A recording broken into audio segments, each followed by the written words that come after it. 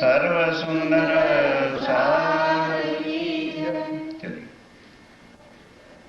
तब उतरे जाए बाग में, अहली हुआ पहुंचा दाए। सो तो गया रामनगर, पहुंच अपने पहुंचाए। पांच अपने पहुंचाए। तीन ने रोके बाग में, तब आई पहुंचे देवकरण। तीन से बातें होने लगी, लड़े चार पहर मोमिन। लड़े चार पहर मोमिन। फरमाइए सुन।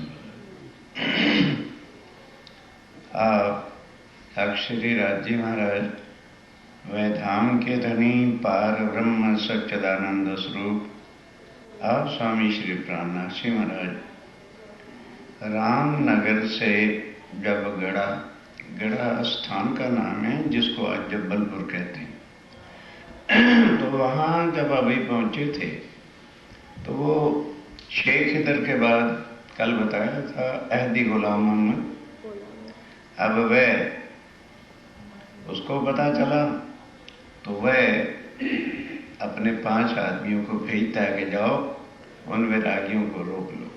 उन्होंने आके जहाँ सुंदर साथ का रात्रि को पड़ाव पड़ा था, ठहरे हुए थे, वहीं आके घेरे।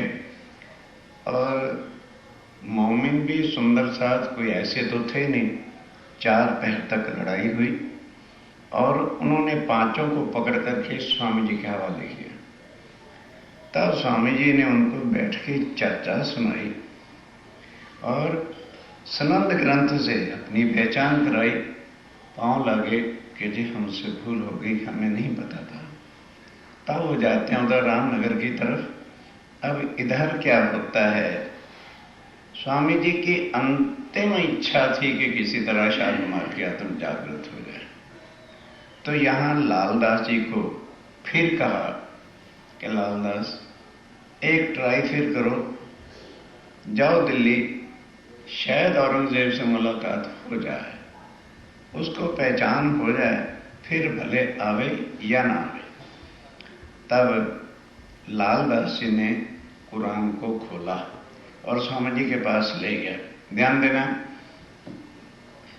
तो हैरून और फैरून का प्रसंग निकला।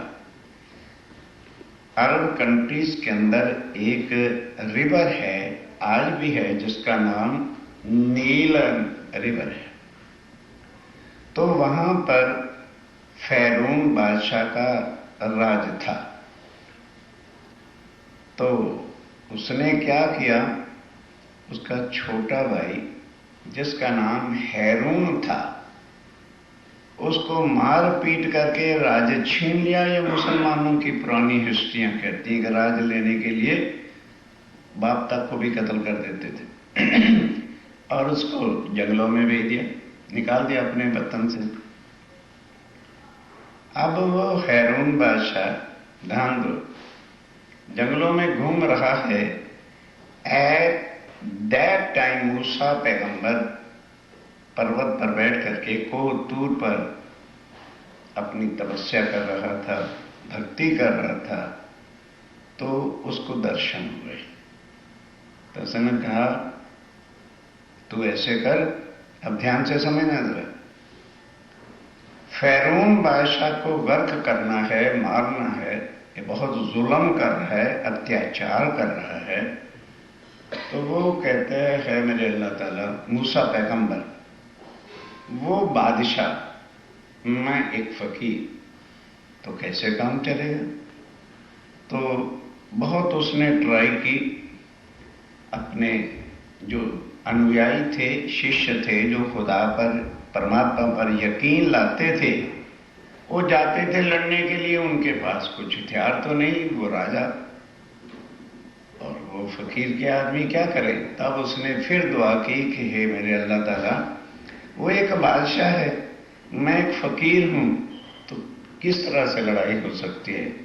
उसने मुझे कोई, ध्यान दो, ऐसा राजा दो जिसको तुम्हारे पर विश्वास हो। तो उन्होंने कहा, देख, फैरून का भाई हैरून जंगलों में घूम रहा है, उसको जाके मिल। तो एक तो उसके साथ कुछ साथी हैं, कुछ तेरे जो है मानने वाले हो जाएंगे। तो कहने लगे, फिर भी हम कम पड़ेंगे। तो मूसा की छड़ी आज भी प्रसिद्ध है। तो खुदा ने उसको एक छड़ी बख्शी और एक रुमाल बख्शिश में किया कि इस छड़ी को तू जो कुछ कहेगा, करामात की सोटी कहते हैं उसको, छड़ी, तू जो कुछ कहेगा वो ये करती रहेगी। तो रुमाल तू जिसके सिर पे डाल देगा उसको कोई मारेगा नहीं। तब हैरून बादशाह को वो मिला, मिल करके कहा, तू चल, मैं तेरे साथ चलता हूं। तो दरिया नील के ऊपर छड़ी को कहा, पुल बन जा। समझ लग रही है ना?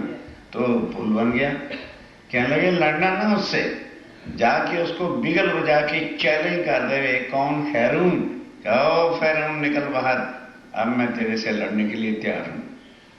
तो हिंकार वाला होगा, उसको बहुत गुस्सा आ जाएगा। सेना लेकर के जब वो अटैक करने के लिए आवे तो हैरून को कह देना थोड़ा थोड़ा पीछे हो जाए। तो जिस वक्त फैरून अपनी सेनाओं के साथ बिल्कुल पुल के सेंटर में आ जाए तो तू नीचे से छड़ी खींच लेना। और ऐसा ही हुआ। जब ऐसा हुआ तो सारा फैरून अपनी सेना के साथ दरिया में डूब के मर गया। अब इसको घटाओ इधर। मूसा पैगंबर कौन है? स्वामी जी। हैरून कौन है? छत्रसाल जी। और फैरून कौन है? औरंगजेब। तब छत्रसाल लालदासी कहते हैं, स्वामी जी, बिल्कुल वही सारी चीज हो रही है। जब तक अपने को भी कोई अपना भाई परम धाम की ब्रह्म सृष्टि नहीं मिलेगी ना, फिर आपके आशीर्वाद से वो जीत जाएगा और तब जाके फैरून औरंगजेब अपने हाथ में आ सकता है। उन्होंने कहा, ठीक है। अब यहां से काम बंद करके अब छत्रसाल जी की मुलाकात की तैयारी होती है। अब फिर चलिए रामनगर। वहां क्या होता है वह प्रसंग सुनिए। तब खुदा ने दिया। क्या दिया? जब कहा था सूरत सिंह सुनी, फिर खुदा ने क्या दिया? पहले सूरत से सुनी। सबसे पहले जब स्वामी जी केतकी नदी पर विराजमान थे तो चर्चा सुनने कौन आया था? सूरत सिंह आया था, जिसने ऊपर जाके अटारी के बिठा के मांगा था मेरा केस जीत जाए। अब केस तो जीत गया, उसके दिल में बहुत प्रभाव हुआ। अब वो आके चर्चा सुनता है, एक एक बात को सुनिए और तारतम ले लेता है। अब उसको पहचान हुई, उसका फ्रेंडशिप किसके साथ था? देवकरण जी के साथ। छत्रसाल जी के भाई का लड़का, जिसको भतीजा कहते हैं, उसका नाम देवकरण था। तो किसी कारणवश घर में 1000 बात होती है तो रसाई करके रूठ करके वो रामनगर आया हुआ था। देव जी को दिखाया। देवकरण जी सूरत सिंह की सोबत से स्वामी जी के चरणों में आए तो कहा, पैगंबर। तब उसको कहा, क्यों? जब उसने चर्चा सुनी, पैर ले लिया, पता चला कि यही बुद्ध निष्कलंक अवतार है। तो एकदम कहता है, स्वामी जी, मेरे चाचा छत्रसाल जो है 12 वर्ष से आपकी राह देख रहे हैं, क्योंकि उनको 1728 में स्वप्न के अंदर आपने दर्शन दिया था और तुम्हारी मोहर का रुपया भी उसकी मुट्ठी में था। तब सवेरे उठ के उन्होंने हमें सबको बताया कि कोई सफेद वस्त्रों वाले विजयानंद बुद्ध निष्कलंक अवतार मुझे मिलने के लिए चल चुके हैं कहीं से। तो वो स्वामी जी कहां से चले थे? सूरत से। प्रसंग आ चुका है, हजरतें हजकरी लेने को मक्का कूच किया, फतेह करी दज्जाल की और कूच किया दारुल बक्का, जहां अपनी राजधानी बनानी थी। तो मैंने अपनी आंखों से देखा है, ये देवकरण स्वामी जी से रामनगर में टॉक करता है कि अब मैं जाता हूं, जा करके उस जो है अपने चाचा को बताता हूं, तो वो सुनते साथ ही स्वामी जी आपके स्वागत के लिए तैयार हो जाएगा। श्री जी साहेब जी को बुलावने। और अब वो गया, ध्यान देना, जाके मऊ में, मऊ सानिया, जिस समय हम पन्ना जी झांसी से जाएं तो बिफोर छतरपुर से पहला 15 मिनट उस गांव का नाम आज भी मऊ सानिया है। और महाराजा छत्रसाल जी के राज्य के चिन्ह की सारी बातें वहां पर पड़ी हैं। जिस तलवार से छत्रसाल जी लड़ा करते थे उसका वेट आज 35 kg है, और वो भी उनको हल्की लगती थी। तो 25 kg की लोहे की पट्टी इधर बांधते थे और 25 kg की लोहे की पट्टी इधर बांधते थे। जो झाबा पहनते थे, I have seen with my own eyes, वो झाबा ही 5 फुट का था। इट मीन्स कम से कम छत्रसाल जी का कद जो है 7.5-8 फुट से कम नहीं होगा। तो वो सारे निशान सब कुछ पड़े हैं और वो वहां राज करते थे। अब उसने आकर के ये बताया कि वे चाचा संभाल के बुलाना, क्योंकि आगे आगे स्वामी जी हैं तो पीछे पीछे औरंगजेब की दूत या सेनाएं चल रही हैं। दोनों का क्या हुआ चल रहा है तो मैं को किसी से कम हूं। बस वो तैयार हो गया बुलाने के लिए।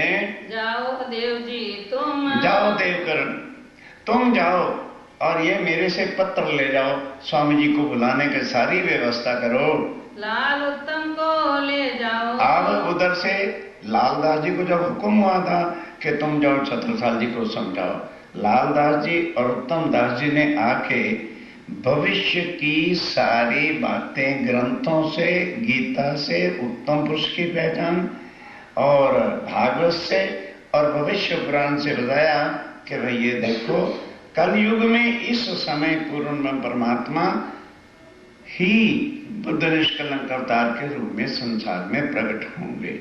विश्वास आ गया। ये है अंकुर की पहचान होती है। जब इतनी चर्चा सुनी फिर संकोच किस बात का? कोई गैम्बलिंग खेलने जाना है कि ड्रिंकिंग करने जाना है जिसके लिए शर्म है? एक चीज की पहले कई सुंदर साथ होते हैं। बचपन में माता पिता के कहने से तारतन तो ले लिया, पता ही नहीं तारतन क्या है, पता ही नहीं राज्य कहते किसको है, पता ही नहीं कि महाराज जी ने कान में क्या कर दिया, तो उस तारतम का फायदा क्या? उसको काउंट मत करो कि हमें तारतम मिल चुका है। अब समझ आई, सारी बीतक सुनी, समझी हम कौन हैं, हमारे धनी कौन हैं, परम धाम कहाँ है, क्या चीज है। उसके बाद राज्य के सामने बैठ के तारतम लो, फिर वाणी पढ़ना, देखना खुद ब खुद समझ आनी शुरू होती है कि नहीं होती। तो अब छत्रसाल जी जब पूरा समझ गए तो देवकरण को कहा, देवकरण लालदास जी और उत्तम दास आए तो थे मुझे समझाने, मैं स्वीकार करता हूं। अब तुम इनको लेके स्वामी जी के पास जाओ और उनको बुला के ले आओ, मैं उनके स्वागत की सब तैयारी करता हूं। कहाँ से विदा होकर के आए अगर ये पहुंचे। ध्यान दो, स्वामी जी उधर से जबलपुर गढ़े से चल के कहाँ आ गए? अगरिये। अब ये लोग वहां जाके मुलाकात करते हैं, जाए मिलते राज। लालदास जी स्वामी जी को ले जाते हैं कि बस स्वामी जी आपकी अपार कृपा से छत्रसाल जी बुलाने के लिए तैयार हो गए हैं, अब आप कृपा करके जो है वहां चलिए। तो स्वामी जी कहते हैं यहां से अगरिये से पन्ना जी बिल्कुल नजदीक है, पहले अपन वहां चलते हैं। तो स्वामी जी सब सुंदर साथ को लेकर कहां आ गए? पन्ना जी। उस समय कोई मकान पन्ना में नहीं होता था। जंगल में गौड़ लोग, जो जंगली लोग होते हैं, फक्त वही रहते थे। जो सुंदर साथ पन्ना जी गए हैं, नदी देखी हुई, नदी के ऊपर पुल बाद में बना और आम कैरीने के जो पेड़ होते थे, इसलिए उसका नाम क्या था? अमराई घाट, आमनो घाट। तो उस जगह पर आके डेरा लगाया, डेरा किया अमराई में, आकर के वहां डेरा किया और झंडे की चितलियां। बस ये है चीज पन्ना जी का जो महत्व है। देखते साथ ही सामने वो टेकरी थी, क्या लगे बस लाल बस, कहीं झंडा नहीं लगाया। ये वो टेकरी है जहां शंकर भगवान जी उमा को लेकर के आए थे। शिव शंकर कह गए उमा से ऐसा कर लो। क्या हुआ था, ध्यान के साथ सुनिए। वो प्रसंग क्या है कि सतयुग के अंदर शिवजी महाराज जब भविष्य की सारी बात बता रहे थे तो उसमें आया कि 28वें कलयुग में पूर्ण ब्रह्म आएगा। तो उमा कहती है प्रभु ओ आएगा था तब तो आएगा, कहां पर आएगा, भारतवर्ष में आएगा। तो भारतवर्ष तो इतना बड़ा देश है, कहने लगे ना, मध्य प्रदेश के किनारे पर आखिर में कोना में छिल्ला जिला में जो है किलकला नदी के किनारे के ऊपर आए। कहने लगे मुझे तो अभी लेके चलो। ध्यान दो, सतयुग का प्रसंग बता रहा हूं, शास्त्रों में है। शंकर भगवान जी लेके आ गए जहां आज वो झंडा, महारानी जी के मंदिर जाते हैं ना तो रास्ते में है, वहां पर शंकर भगवान ने अपना सुखपाल या जो भी जिसमें विमान में चलते हैं उतारा। झाड़ था, झाड़, उस समय को मंदिर या चिन्ह थोड़े थे, तो झाड़ की परिक्रमा लगा के पगे लगा झाड़ के। उमा कहते हैं प्रभु वाकई भोले हो, अरे कोई मंदिर नहीं, कोई मूर्ति नहीं, कोई भगवान का स्थान नहीं, तो मत्था टेक रहे हो। कहने लगे तुझे इस धरती का पता क्या है, स्वर्ग भी इतना पूज्य नहीं है जितनी ये धरती है। इस जगह पर पूर्ण ब्रह्म उतरेंगे और अपने हाथ से अपनी ध्वजा लगाएंगे। ये इतनी पवित्र जो है धरती है। कहा है मैं तुम्हें बताया, पद्मावती केन शब्द मध्य पृष्ठे विराजिता इंद्रावती नाम सहदेवी भविष्यंती करो युगे। इतना यह पवित्र स्थान होगा, सारे देश का वो भ्रमण करेंगे, झंडा कहीं नहीं लगाएंगे। देवचंद जी ने नौतनपुरी में कोई झंडा नहीं लगाया। स्वामी जी चले सूरत में कोई झंडा नहीं लगाया। स्वामी जी अरब भी गए, सब जगह गए, दिल्ली भी गए, उदयपुर गए, मंदसौर गए, औरंगाबाद गए, कहीं भी झंडा नहीं। जैसे ही पन्ना जी पहुंचे तो ठौर झंडे की चित लिया कि बस यही हमारा झंडा लगेगा और यही सब आत्माओं को जगा जगा के इकट्ठा करेंगे। इनमें सिरदार अक्षरातीत। आप ध्यान के साथ के प्राणनाथ कौन है? हमारे बड़े बड़े महानुभाव कहते हैं प्राणनाथ के गुरु जी देवचंद जी, जिनको आज दिन तक शहूर नहीं आया कि प्राणनाथ कहते किसको। और फिर क्या लिखते हैं, देवचंद्र और प्राणनाथ कृष्ण के फॉलोअर थे, उन्हीं की पूजा करते थे। कुछ लिखें, वाणी किसी की लिखी हुई नहीं, ये खुद प्राणनाथ जी की अपनी वाणी। कहते हैं कि जितने भी लोग थे सुंदर साथ थे, उनमें सरदार कौन था? अक्षरातीत पूर्ण ब्रह्म, इसको कहते हैं प्राणनाथ। फिर यदि वो लोग वाणी पढ़ें तो मन का शन से मिट जाए।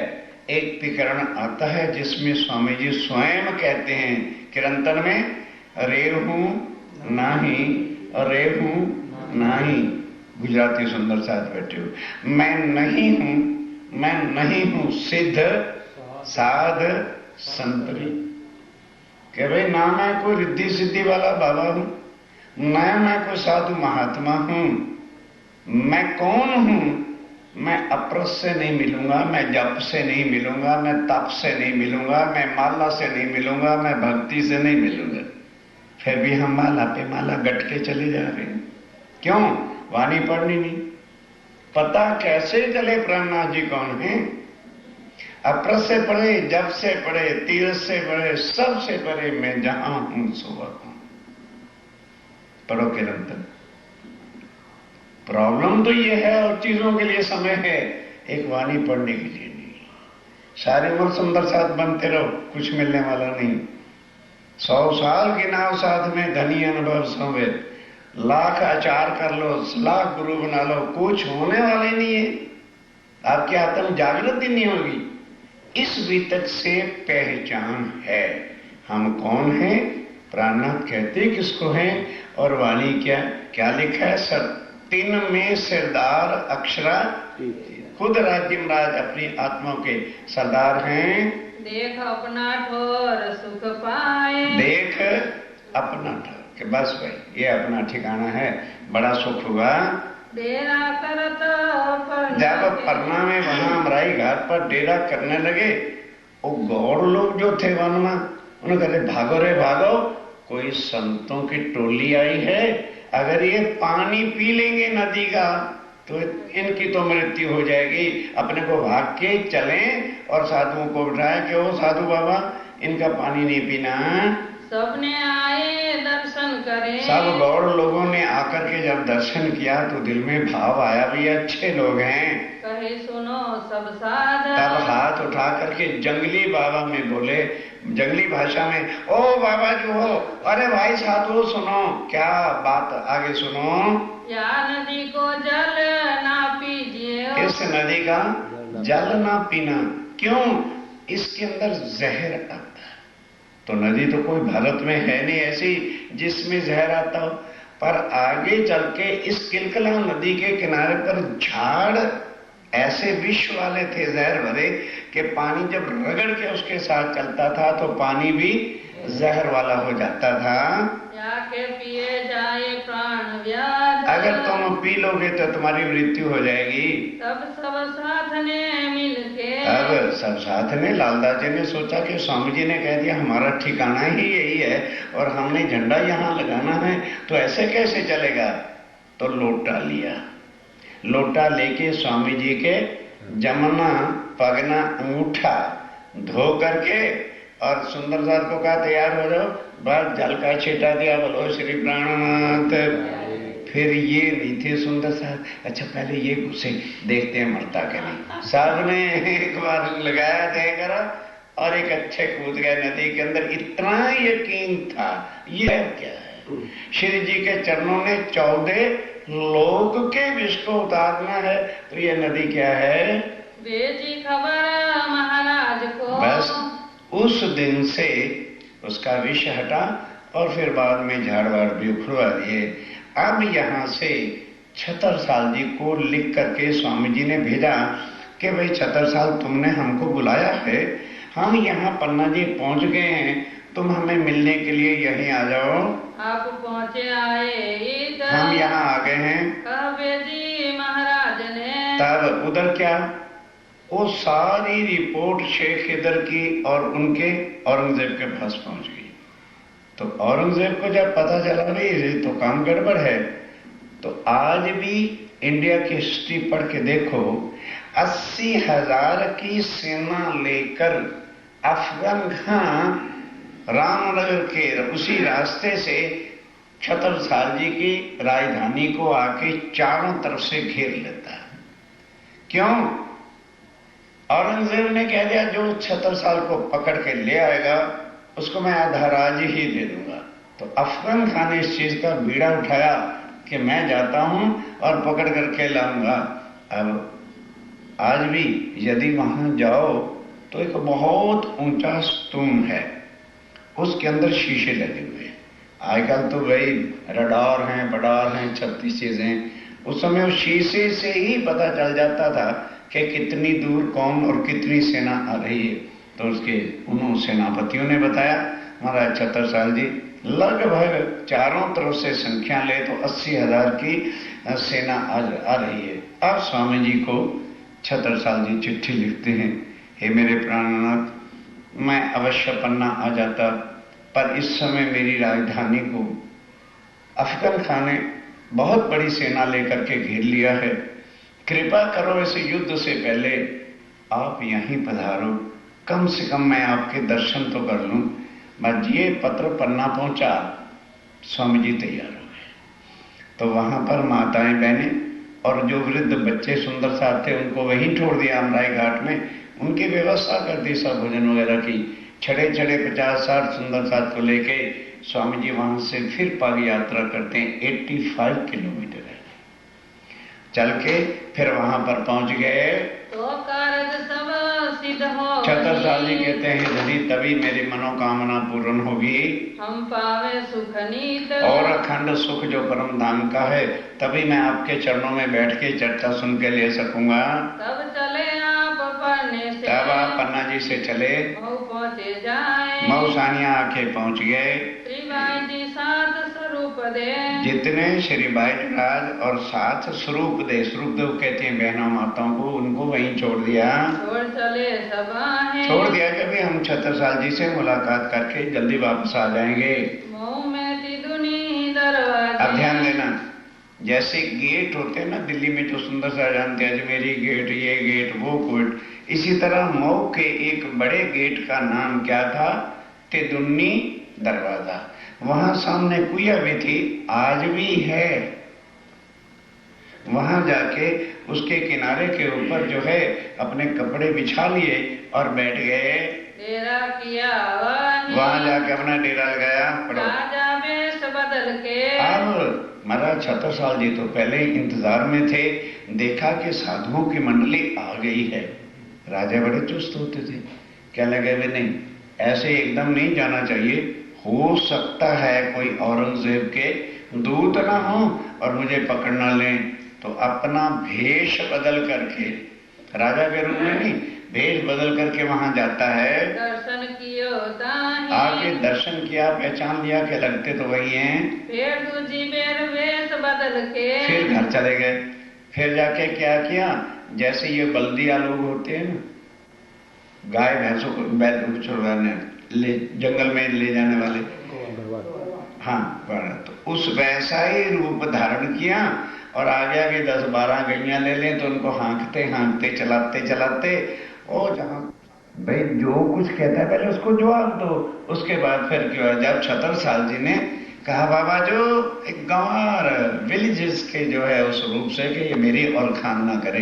अब ये प्रसंग बड़ा आनंदमय सुनने वाला। तब स्वामी जी ने कहा ओ बाबा जो राम राम, आओ आगे आके बैठो। बाबा बैठो इता, आकर के आगे बैठो। आए बैठे बिछोने पर, ध्यान से। तब जैसे अननोन पर्सन होता है ना, आके बिल्कुल छिले किनारे के ऊपर जो आके बैठ गए। बहुत किनारे दूर, बहुत किनारे दूर भाई, उस वक्त माइक पाइक तो होते नहीं थे। तब स्वामी जी ने क्या कहा, कही बाबा और आगे आओ। अभी बाबा ही कैसे पुकार रहे हैं, कहे बाबा वहां से उठो और आगे आके मेरे सामने बैठो। बैठो इत हजूर, मेरे सामने आकर के बैठो। कहाँ से उठ आगे गए। फिर भी ध्यान के साथ, जैसे हमें कई सुंदर सा ज्यादा हो जाते हैं ना, तो अपन कहते हैं थोड़ा थोड़ा आगे खसको, ध्यान देना जरा। वहीं से हाथ दिखा दिया और वहीं उठ के बैठ गए कि आगे हो गए। तो छतरसाल जी भी इसी तरह से थोड़ा सा खसक के वहीं का वहीं बैठ गए। तो भी बुलाए आगे, कहने लगे भाई बाबा खड़े हो जाओ और यहाँ आके आगे बैठो मेरे पास। कही अब तो परे तुम फंद में। स्वामी जी क्या कहते और छतरसाल जी क्या जवाब देते हैं, कहने लगे कहाँ जाओगे छतरसाल, तू जो डर डर के आगे आ रहा है, अब तो पड़े तुम फंद में, अब यहाँ से उठ के नहीं जा सकते। अब कहाँ जाओ भागे, कहाँ भाग करके जाओगे। तब कही महाराज ने, महाराज छतरसाल कह रहा चलो बाबा चलो, तुम्हारे जैसे रोज 56 आते हैं, छतरसाल के ऊपर फंदा डालने वाला 14 तबक में अभी पैदा नहीं हुआ। तलदेवा भी आ जाए मैं उनके फंदे में नहीं आ सकता। हाँ, एक कोई बुद्ध जी हैं, उनका मैं चाकर होके 12 वर्ष से जी रहा हूं। तो यदि वो तेरे सामने आ जाएं तो तू पहचान कर लेगा। स्वामी जी पूछते हैं, कहने लगे हाँ, ये देखिए उनकी छाप का रुपया, मोहर का रुपया मेरे पास है, ये उन्होंने स्वयं मुझे 12 वर्ष पहले दिया था। कहने लगे अच्छा था, आजा आगे आजा। तब अपना जमना पग उठाया, नीचे कपड़ा बिछा था, कहने लगे अपने हाथ से कपड़ा उठा, देख ऐसी मोहर वाले क्या और भी रुपए हैं क्या। इनकी छाप के रुपये। छतरसाल जी देख भाई, जरा स्पीड तेज रखा करो, भजन नहीं बोल रहे हो तुम। देखो स्वामी जी, उनकी छाप का रुपया भी मेरे पास है, देखो तुम हमसे। तब स्वामी जी कहते हो देखो यहाँ आके ये हकीकत कह के। बस अब वो आया, स्वामी जी ने जमुना पर उठा लिया कि चद्दर उठा नीचे से, उठाई तो नीचे इतना ढेर लगा पड़ा था मोरू। कहने लगे घबरा नहीं, अच्छी तरह से देख। और फिर वो जो छाप मैंने दी थी ना, 12 साल पहले का मेरी मोहर थी। अब 12 साल पग यात्रा करते करते एज के हिसाब से कुछ तो थोड़ा बहुत चेहरे में फर्क पड़ ही गया। खूब माइन्यूटली जब देख लिया ये वही है, शर्म के मारे पीछे भागे क्या आ गए, मैं किस रूप से आया हूं। अब गया घर जाके महलों में राजपूतों की रानियां कभी कपड़ा उघाड़ करके किसी के सामने चलती नहीं, मुझसे कपड़ा नहीं हटाती। आज भी जो सुंदर सा रतनपुरी जाते हैं वो देखते हैं कि गांव की बहुएं जो हैं कभी खुले मुंह नहीं आए, उनकी रीति है। इस वास्ते जाके रानियों को क्या कह दिया, जाओ जिसने भी दर्शन करना जाके करो। कौन आया है, अक्षरातीत। अब सुनिए, सो सब ही कीजियो। जाओ जाके जिसने दर्शन करना कर लो।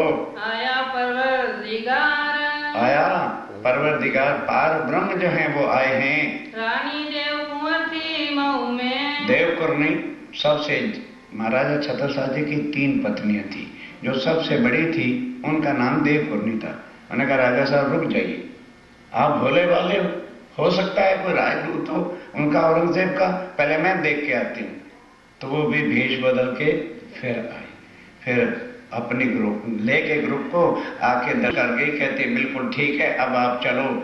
तब ध्यान देना, छत्रसाल जी अपने अंकल जो परिवार में कुटुंब में सबसे बड़े थे, उनका नाम था बाल दीवान। उसको कहा भी आप वडील हैं, चलिए चल के पूजन करके लेके आइए।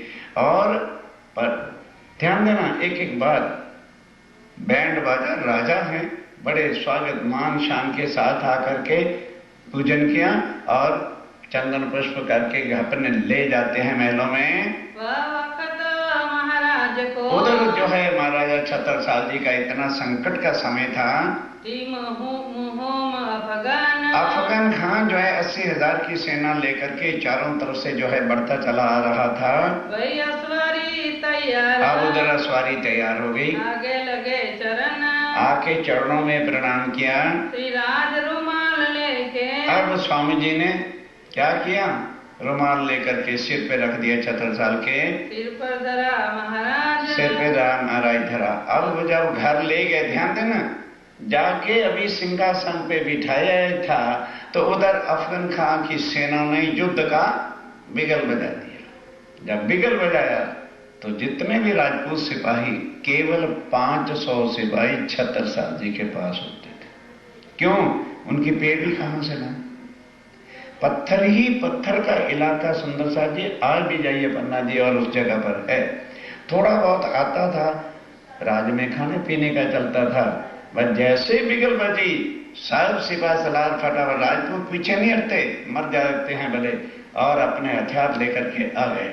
अब छत्रसाल जी अंदर गए, अपना रणयुद्ध के वास्ते लोहे की कैप, लोहे की सब पोशाक जिसको कहते हैं, और अपनी तलवार वो पट्टी बांध के ऐसा भेष लेके स्वामी जी के चरणों में प्रणाम करते। ध्यान दो क्या कहा, बस स्वामी जी यही मेरा पहला और यही मेरा आखिरी प्रणाम होगा, शायद आज मैं जिंदा लौट के ना हूं, क्योंकि अफगान खान की सेना 80,000 है और मेरे केवल 500 सिपाही हैं, तो मैं क्या मुकाबला कर पाऊंगा। स्वामी जी कहते हैं अच्छा जरा तलवार निकालो, किस तलवार से लड़ा करते हो। महाराज छत्रसाल जी ने तलवार निकाली, चरणों में रख दी। अब ध्यान से, स्वामी जी ने उस तलवार को पकड़ा, एक बार इधर नजर कर दी, फिर आया, दूसरी बार कर दी, और सिर पे अपना ओढ़ा हुआ रुमाल छत्रसाल जी को ओढ़ा दिया। कहने लगे छत्रसाल जाओ, आज सेना को आगे नहीं करना। युद्ध में क्या होता है, जो खुद सिपा सलार होते हैं, कैप्टन होते हैं, सेना को आगे करके खुद पीछे रहते हैं। क्या लगे ना, आज तुम आगे चलना, बाएं हाथ में ध्वजा रखना और दाएं हाथ की तलवार से अब इस तलवार से किसी का शीश नहीं काटना, क्योंकि किसकी नजर आ गई है, जो मेहरबान है। कहते हैं खून नहीं करना इसके बाद कभी भी। तो कहने लगे स्वामी जी फिर लड़ूंगा कैसे? कहने चिंता क्यों करते हो, सूर्य निकला हुआ है, जाके खड़ा हो जाना। मुसलमान आएंगे तो ये तलवार इधर करोगे तो इसकी चमक, स्टील की होती है ना, इसकी चमक उस पर पड़ेगी, इधर वाले मुसलमान समझेंगे ये बुंदेले खड़े हैं, फिर इधर कर देना तो इधर वाले मुसलमानों को इधर वाले क्या समझेंगे, ये बुंदेले हैं, देखते रहना, वो आपस में ही कट के शाम तक मर जाएंगे। और ऐसा ही हुआ, हिस्ट्री पढ़ी। छत्रसाल जी सेना को लेके गए, क्या लगे देखो भाई तुम्हारे पीछे रहो, लड़ना नहीं है। तो सिपाही क्या कहते हैं, क्या लगे जी हाँ आज लड़ने की जरूरत ही क्या है, पहली बार में ही हम कट मरेंगे क्योंकि हम तो 500 हैं और वो 80,000 हैं। क्या लगे नहीं, किसी ने भी तलवार म्यान से बाहर नहीं निकाली, आ जाओ। अब छत्रसाल जी जैसे स्वामी जी की आज्ञा हुई थी उसी तरह से करते रहे। हिस्ट्री उठाइए, शाम तक आधे से ज्यादा सेना कट गई।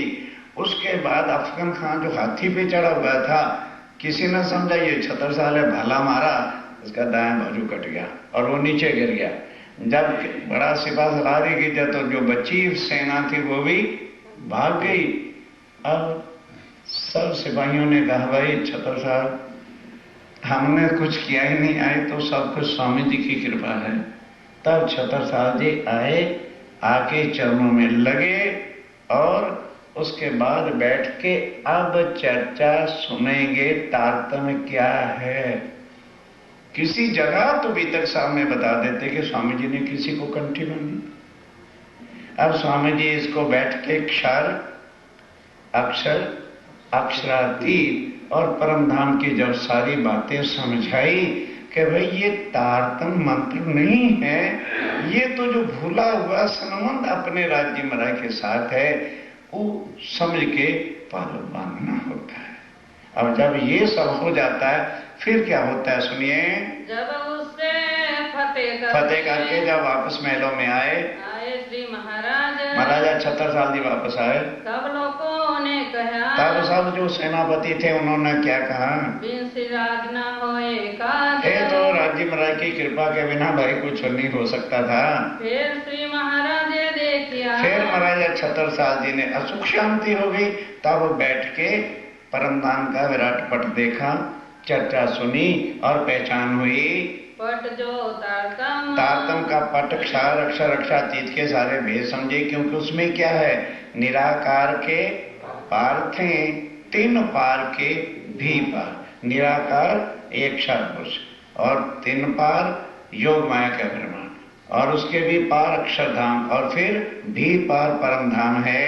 अब व्यवहार छूटता मुझसे। तब छत्रसाल कहते हैं कि स्वामी जी ये रखिए राज की चाबियां, ये लो तलवार, अब मैं फक्त सुंदर साथ की सेवा करूंगा, मुझे राजा नहीं अब बनना, मैं परमधाम से राजा बनने नहीं आया। ठीक है, आपने मुझे ऐसा तन दे दिया था, जितने दिन राज हो गया, अब फकत मैं सुंदर साथ की सेवा करूंगा। सेवा जैसा कोई सुख इस दुनिया में नहीं है। जाग खड़ी आत्म, ये है आत्म का जागना। आत्म जागने का मतलब कोई परम धाम तो नहीं चली गई, पहचान हो गई कि ब्रह्म सत्य जगत मिथ्या और मेरे धनी मुझको मेरे घर बुलाने के लिए आए हैं। मजली सेती मऊ सेती प्रणामिने। अब मऊ सेती को मजली सेती पढ़ते हैं और दो 3 बार वाणी पढ़ बैठती। मऊ से चल के अब स्वामी जी जब तारतम दे दिया तो फिर पन्ना जी आ गए। पहुंचे श्री जी साहेब, स्वामी जी ने क्या कह दिया, छत्रसाल राज मिट्टी में तो मिलाना नहीं, अपने सेनापतियों को या जो तुम्हारे वजीर हैं इनको सौंप के सारी व्यवस्था करके पीछे आ जाना, हम पन्ना जी चलते हैं। तो स्वामी जी जहाँ सुंदर साथ को छोड़ गए थे अमराई घाट, वहां पर आए पहुंचे। मजली ने पहचानिया। अब ध्यान दो, वहां तो देवकुरनी थी, तो 2 रानियां महाराजा छत्रसाल जी की चौपड़े की हवेली में रहती थी। छत्रसाल जी ने उनको सब समझा के पत्र लिख दिया।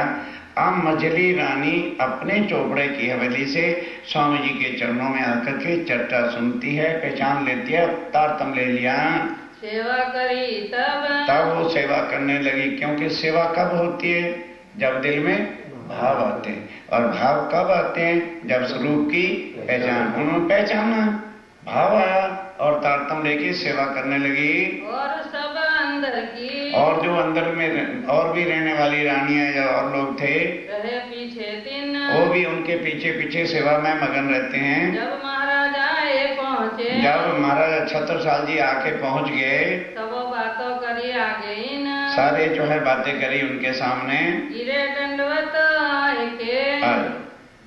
जब वो भी तो वही अमराई घाट ही आना था, तो स्वामी जी स्नान करके नदी में वस्त्र पहन रहे थे और भोजन की तैयारी हो रही थी।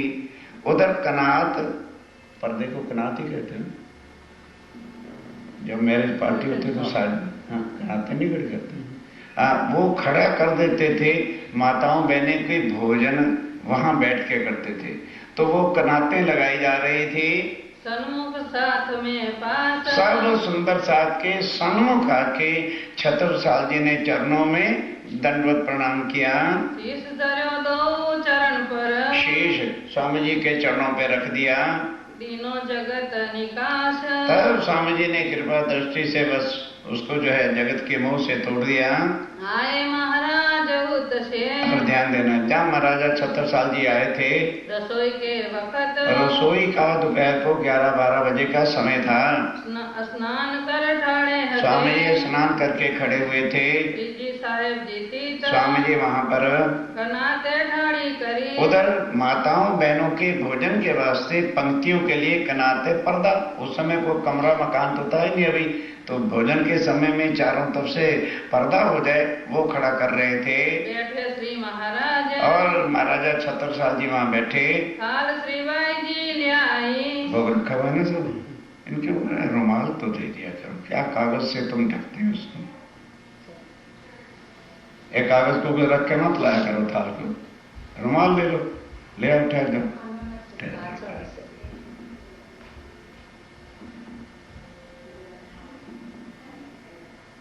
अब जब ये बंदी होगा तो भौकाएगा लोगों ने, खोला तो रखो कम से कम। माता जी वो है ना, वो बस ये देखो, ये अच्छा नहीं लगता ना, ये क्या कपड़ा पड़ता है, कोई बात नहीं, आ जाते हैं।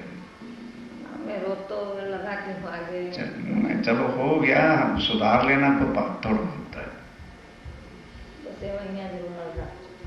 चलो ये उतार दो और उसे वो फिर भी ठीक है, चलो चलेगा, लेकिन ये क्या कागज रखा, ध्यान के साथ। अब बाईजूराज तेजकुबरी अपने हाथों से थाल सजाती हैं, जो कुछ भी बना होता है ला करके शिव जी के चरणों में अरोगने में रख दिया। 4 जने महाराज संग, और महाराजा छत्रसाल जी के 4 उनके सिपा सलार वगैरह जो राजाओं के साथ चलते हैं वो भी आए थे। लिया इत प्रसाद। अब ध्यान देना, राजपूत लोग अव्वल तो निगुरुए ही मर जाएंगे, वो उम्र में गुरु धारण करते नहीं, क्योंकि राजपूत मर सकता है पर किसी के सामने झुक नहीं सकता। तो जब गुरु धारण करोगे तो उनके सामने प्रणाम तो पगे तो लगना पड़ेगा। अब वो तो हो गया, मामूली बात थी। अब यहाँ स्वामी जी के चरणों में बैठा है, स्वामी जी ने जब रोग लिया तो अपने हाथ से उसको प्रसाद दे दिया। तो कष्ट किसी को नहीं हुआ करता। जो बीच में नारद मुनि रहते हैं, प्रचार प्रसार मंत्री, इधर की इधर आग लगाने वाले, इधर से उधर घर के पट्टे बिठाने वाले, वो भागे भागे चाचा बलदेवान के पास चले गए। कहने लगे, भाई चाचा गजब हो गया, सत्यानाश हो गया बड़कों का, चाहे हुआ हो चाहे ना हो, वो आग लगा देगा। और बड़कों की अकल तो बिकी होती, बुढ़ापे तक खत्म हो जाता, खलास हो जाता मगज। बस, अरे क्या हो गया भाई? अरे महाराज, जब महाराजा छत्रसाल जी ने गुरु धारण कर लिया तो राजपूतों का तो वंश तबाह हो गया। और चाचा चलो गुरु तक भी सीमा थी, उन्होंने तो उनका जूठा प्रसाद खा लिया, खानदान का नाश।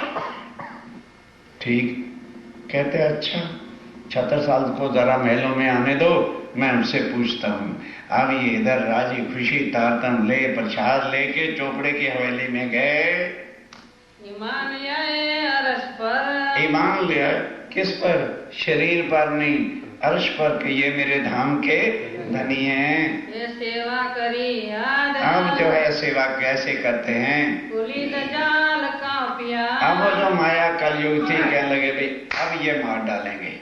आगे तो स्वामी जी एक थे और अब छत्रसाल दो नहीं, एक और एक लिखो, एक एक कितने हो जाते हैं? 11। कि अब इनका मुकाबला कौन करेगा? या बड़ा शोर। अब वो बड़ा शोर क्यों? दज्जाल किसके मन में बैठता है? जिसका ईमान कच्चा होता है, वहीं बेईमानी आकर के घुस जाती है। चाचा बलदीवान लुढ़कन दान थे, उसके दिल में बेईमानी आ गई। अब माया दज्जाल सोचती तो निश्चय अब मुझे मार डालेंगे और परमधाम की ब्रह्म सृष्टियों को मेरे फंदे से छुड़ा के ये ले जाएंगे। इन दो से चले न मेरा जोर, इन दोनों के सामने मेरा काम नहीं चलने वाला। काहू काहू के दिल में, अब काहू काहू के दिल में बलदीवान घर में सबसे बड़ा ज्येष्ठ था, बड़ा था, बड़का था। कलयुग आए बैठा, कलयुग आके बैठ गया। ये है कलयुग, ये है दज्जाल। तो स्वामी जी कहते हैं दज्जाल कोई हाथी घोड़े का नाम नहीं है। दज्जाल करत कछु ऐसा, सुनो दज्जाल क्या करता है? दज्जाल करत कछु ऐसा के अंदर करे दखल, दोस्त को दुश्मन करे और फेर देवे अकल। ये अंदर बेईमानी आ जाएगी तो आज तो तुम्हारा भाव है, कल को क्या करोगे? भाव का बदल जाना अकल का फिर जाना होता है। अब वो बलदीवान घर में पड़े थे, माया ने बेईमानी ने सोचा ये सब का वो करेगा, इसके दिल में बैठ जाऊं। बदफैली दिल में करी, दिल में बदफैली करी। जो था सेना में जेठा, जो था सेना में जेठा, परिवार में सबसे बड़े बलदीवान थे। डगाव ने महाराज को, जब महाराजा छत्रसाल अभी पहुंचे थे चौपड़े के हवेली में तो चाचा बलदीवान, अब जान तो बड़कों को जब गुस्सा आ जाए फिर नहीं सोचते। बहुत कहा कि छत्रसाल मुझे पता होता तो जब चंपत राय गया था मैं तभी से तुझे मार देता, तूने हमारे खानदान का सत्यानाश कर दिया, हमारी नाक काट दी है। बहुत जो कुछ बोला बोलते रहे, क्योंकि छत्रसाल जी के पिता चंपत राय जब छोटी उम्र में थे तो मर गए थे। मारा किसने था? उनकी माता जी ने। बड़ा सुनने वाला दर्द भरा प्रसंग है। छत्रसाल जी की माता का नाम सरंगा था। एक बार उनके पिता चंपत राय थोड़ी सी सेना के साथ युद्ध लड़ रहे थे मुगलों की सेना के साथ, तो छत्रसाल जी को सरंगा ने पीठ पर बांधा हुआ था और वो भी तलवार लेके खड़ी रहती थी अपने पति के साथ। तो जब देखा चंपत राय ने कि आज मेरा बचना बहुत कठिन है, तो सरंगा से कहने लगे अपनी पत्नी से, सरंगा तू पतिव्रता है ना, मेरा आखिरी काम कर दे कि ये मेरा देह इन दुष्टों की तलवार से न कटे। मैं नहीं चाहता कि मेरा तन जो है इन कमबख्तों के हाथ आए या इनकी तलवार से मेरा सिर कटे। तू पतिव्रता है, मेरी लाज रख ले मेरी तलवार मेरी गर्दन काट दे। ये थे राजपूतानिया। और क्या करना? छत्रसाल जी को पीठे बांधा, छोटी सी नदी है, कूद के पार चला जाना और बलदीवान अपने आप पाल लेगा। कितना दिल होगा सरंगा का, तलवार लेके अपने पति का सिर काट दिया।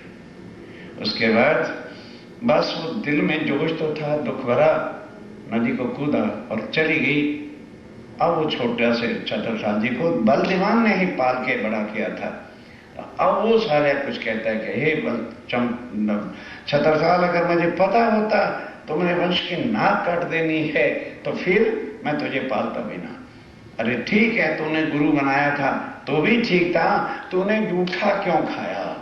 अब वो प्रसाद का अर्थ ही नहीं जानते थे तो वो क्या बताए ना भय राज तरफ दल गिरा। ध्यान देना, महाराज 76 साल जी का ईमान विश्वास गिराने के लिए उसने बड़ा कुछ जो है उद्यम घर में मचाया।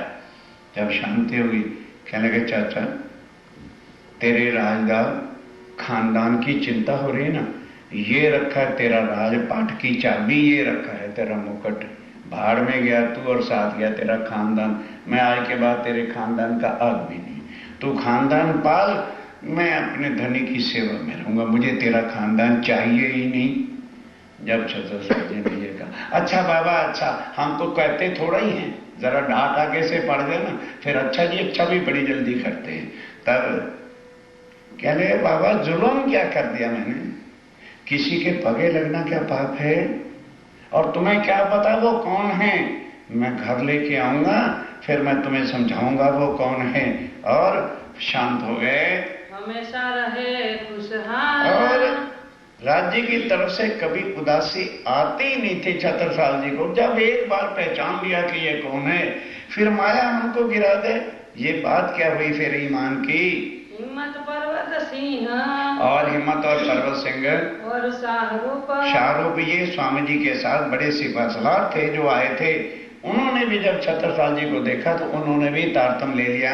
और नारायण दास और सकत सिंह अनूप सिंह और ईमान लिया और जो भी ईमान लाए, ये जो दुर्गवान थे। जगत सिंह सुन दौड़िया। और जगत सिंह ने भी जब सुना महाराजा छत्रसाल जी ने गुरु धारण किए हैं, वो भी आके चर्चा सुन के तारतम लेता है। संवत 1740 अब आ गया संवत 1740, ये मिलाप होता है। अब क्या होता है? पधारे पन्ना में पधारे, सेवा श्री महाराज करी। अब महाराजा छत्रसाल कैसी सेवा करते हैं और सेवा कहते किसको हैं वो अब सुनो। जो कहूँ इन जुबा से, जो अब स्वयं स्वामी जी कहते हैं, काहू करी न करसी। स्वामी जी कहते हैं कि जैसी सेवा छत्रसाल जी ने की, जब से ये सृष्टि बनी है ना किसी ने की है और ना ही कोई उनके समान कर सकेगा। ये जब को उपजो इंद्र, जब से ये ब्रह्मांड बना है, सबकी सेवा शास्त्रों में, सबकी सेवा शास्त्रों में लिखी है। शिवजी महाराज ने अपने गुरु समर्थ रामदास जी की सेवा की। एकलव्य एक द्रोणाचार्य का शिष्य था, उसने अंगूठा अर्पण करके की। राम भगवान ने वशिष्ठ के सामने हीरे जवाहरात के थाल रखे। कहते हैं सबकी सेवा गुरु की जिस जिसने भी की, हाँ उनका सब शास्त्रों में लिखा है। और छत्रसाल जी की भी सेवा तुलना कर लेना, जैसे जिन पगले भरे। अब जिसने जैसे जैसे ईमान लिया वैसे वैसे तो उसने सेवा की है, ऐसा ही लिखा तीन, वैसा ही शास्त्रों में लिखा है। इन हिसाब कर देखियो, इसका हिसाब तुम खुद कर लेना। खास गिरो मोमिन, जो खास परम धाम की आत्म है वो क्या पहचान के सेवा करता है, और दुनिया वाले तो गुरु शिष्य के हिसाब से सेवा करते हैं। चौपड़े की हवेली में। अब महाराजा छत्रसाल जी का परिवार कहाँ रहता था? चौपड़े की हवेली में छुप के रहता था। क्यों भाई? थोड़ी सी सेना होती थी और मुगल हरकत फिरते रहते थे पकड़ने के वास्ते, इस वास्ते चौपड़ी की हवेली में उनका असल परिवार और घर था। अब अपने घर तो ले ही जाना था, तो कैसे पधराया? न्योता नहीं दिया कि स्वामी जी चलो मेरे साथ घोड़े पे चढ़ के, ना सुखपाल बनाया, जिसको हम डोली कहते हैं, और ब्याही लड़की को डोली में बिठा के विदा करते ना, वैसा सुखपाल सजाया। और नौकर भी थे, वजीर भी थे ना, 2 बांस होते हैं ना, तो 4 जने उठाते हैं। एक तरफ महाराजा छत्रसाल जी खुद लगे और बाकी 3 तरफ तीनों ठाकुरायन रानियों को लगाया। चले आप सुखपाल ले, और खुद सुखपाल कंधे पे उठा के मराई घाट ले आए। युगल स्वरूप को बिठाया, स्वामी जी को और महारानी जी को, तेईको जी को बिठा के कंधों पर उठा के, कम से कम 3-4 किलोमीटर अवश्य दूरी है, उस पुलिया से और चौपड़े की हवेली तक सुखपाल दरी जाए द्वार में। आप समझने की बात है, सुखपाल जब महाराज छतरसाल जी ले गए तो जितने वजीर थे, जनता थी, सब बड़े, सब उनके साथ चल रहे थे। और बाहर पीपल है ना, चौपड़े के बाहर मंदिर दरवाजे पर, वहां जाके सुखपाल को रखा और महाराज छतरसाल इतने मगन हो गए कि मेरा जीवन सफल हो गया।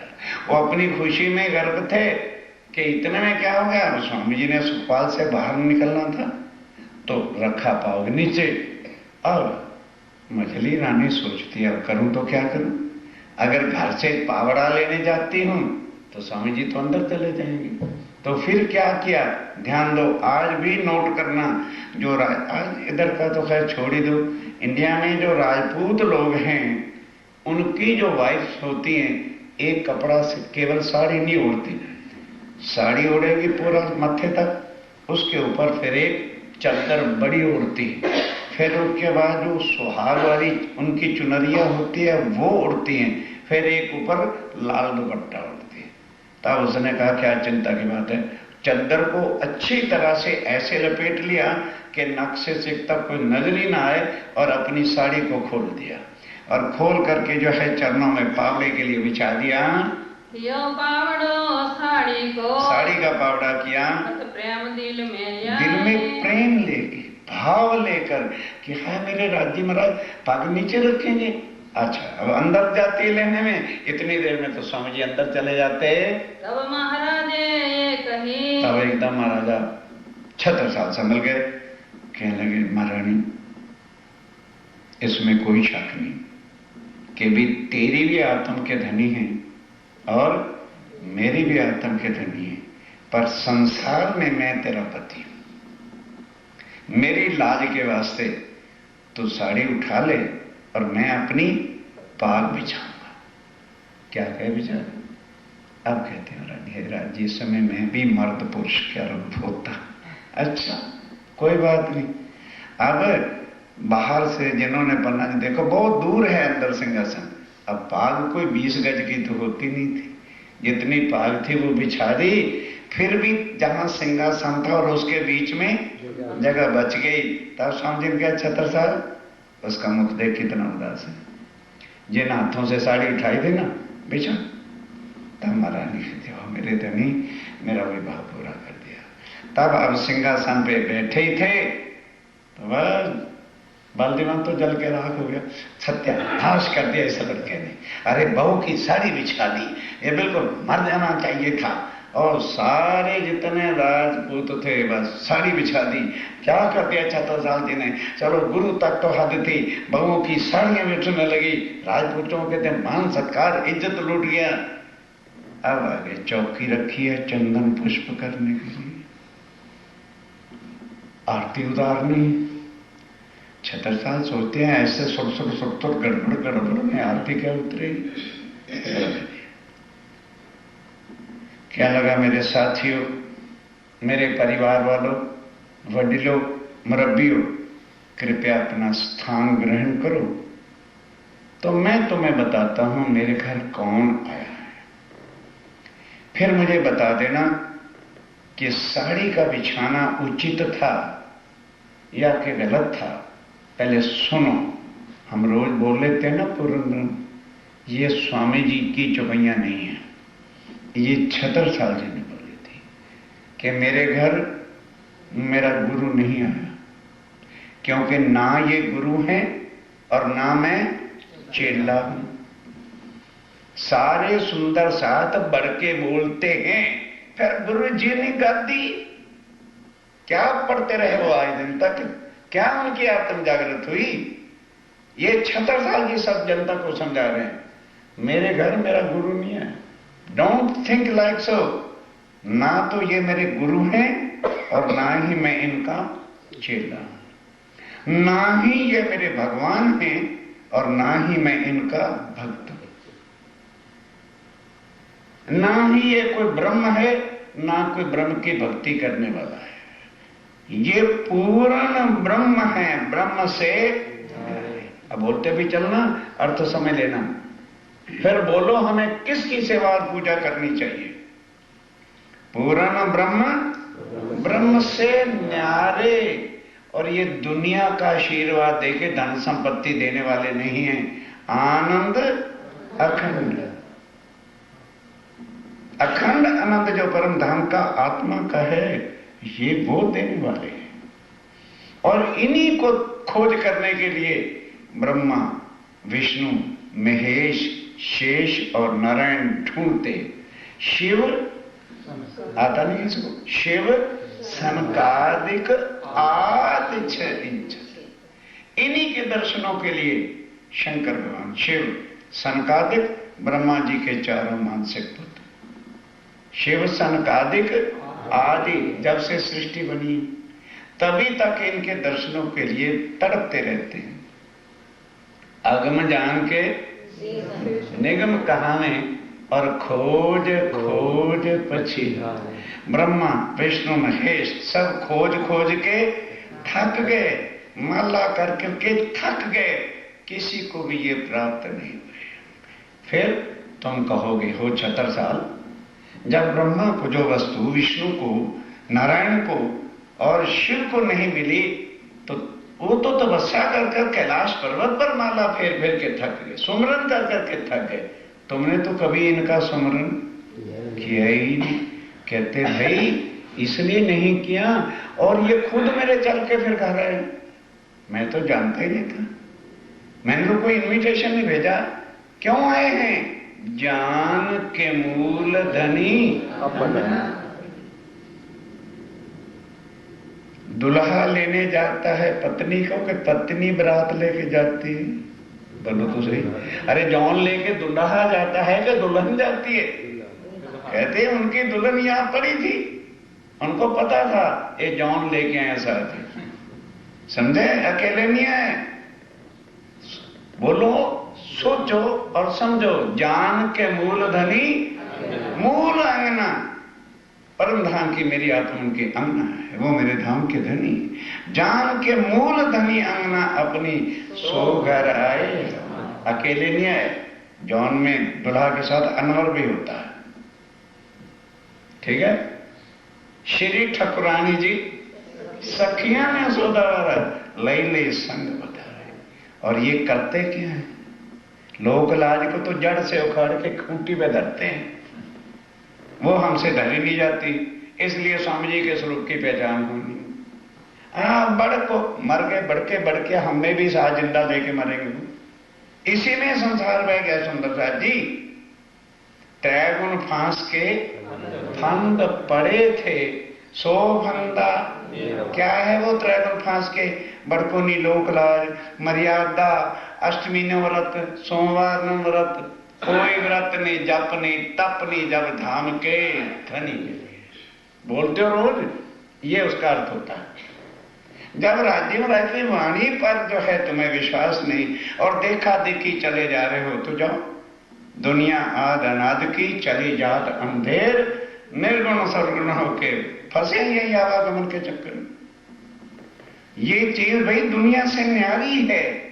डोंट थिंक के गुरु चेले वाला यहां संबंध है। हंस हंस के राज्य के चरणों में बैठ के तारतम लो। जहां सुधी पालो नहीं बांधोगे, राज्य के सुख में किस तरह से प्राप्त करोगे तुम? त्रैगुण फांस के फंद। क्या है त्रैगुण फांस का? हमारा बाप दादा ने तो गादी थी से, ये त्रैगुण के फांस। अरे भाई बाप दादा हैं, कई बार समझाया, माता पिता हैं, देखे हैं कि आत्मा का भी कोई मां बाप होता है, देखे हैं। आदर करना हमारा फर्ज है, सेवा करना हमारा फर्ज है, सेवा करो। कोई कष्ट ना उनको आने दो, ये हमारा कर्तव्य है। Do your duty by body.